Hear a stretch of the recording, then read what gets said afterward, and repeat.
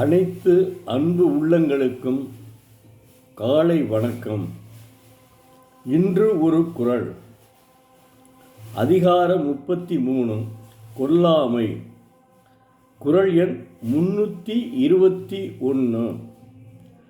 அறவினை யாதெனில் கொல்லாமை கோரல் பிறவினை எல்லாம் தரும்.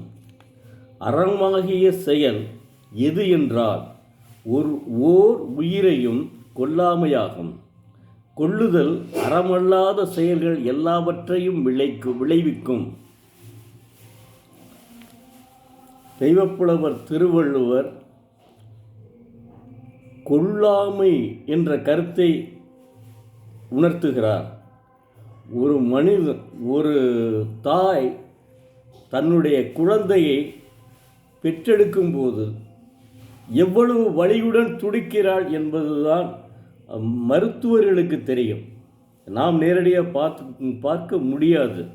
ஆனால் ஒரு தாய் அவ்வளவு கஷ்டப்பட்டு தன்னுடைய குழந்தையை பெற்றெடுக்கிறார்.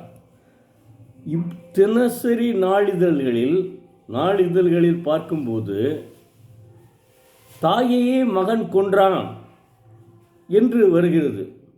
அப்போ அது எதனால் வருகிறது? குடிக்க பணம் கேட்கிறான், அவள் கொடுக்க மாட்டேன்றார் தாய். இதுதான் மகாத்மா காந்தியினுடைய கொள்கையே நாம் அழிச்சிட்டோமுங்க. நினச்சி பாருங்க. வள்ளுவர் திருக்குறளை தமிழில் படிக்க வேண்டும், மூலத்தை படிக்க வேண்டும் என்று நான் தமிழ் கற்க வேண்டும் என்றார் மகாத்மா காந்தி. இங்கிலாந்தில் இளவரசியினுடைய மகாராணியினுடைய வீட்டில் விவிலியத்துடன் வைத்து போற்றப்படுகிறது நம்முடைய திருக்குறள். தமிழ் மொழியினுடைய பெருமைதான் திருக்குறள்.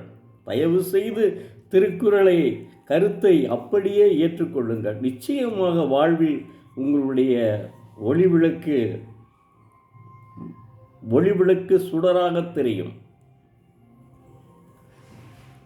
மீண்டும் நாளை பார்ப்போம். நன்றி, வணக்கம்.